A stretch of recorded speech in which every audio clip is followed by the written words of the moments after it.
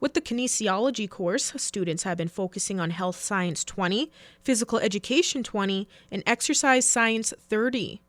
So it's set up to just prepare students to go into the kinesiology field so that when they're going into a lab, they have some previous knowledge with their anatomy, they know their anatomical positioning, they've done a dissection before. They're also the students that are predominantly are athletes, so they don't like to sit in a desk all day, they like to be actually doing things. So we're in the gym, like I would say about 50% of the time as well. Students in the class went to University of Alberta earlier this week to experience fitness lab tests for elite athletes. They also received a tour of the kinesiology faculty at the school and even watched an Edmonton Oilers hockey game to end off the day.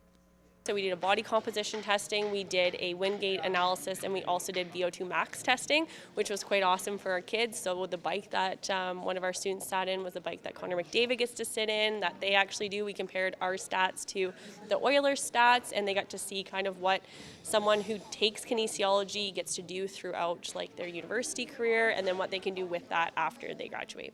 Many of the students benefit from the hands-on learning approach when it comes to this kinesiology course, like using these bananas to learn anatomical positioning. Yeah, I find that it definitely helps me to understand what we're learning a lot more, and I find that it just brings it into perspective what we're doing here. Both staff and students believe this course is great motivation for them to figure out what they're doing post-secondary and is highly recommended for future students. You know, it's more of an introduction into medical stuff. I want to be a doctor when I grow up, and I find this a good introduction in what all the terms, all the stuff I'm going to have to face.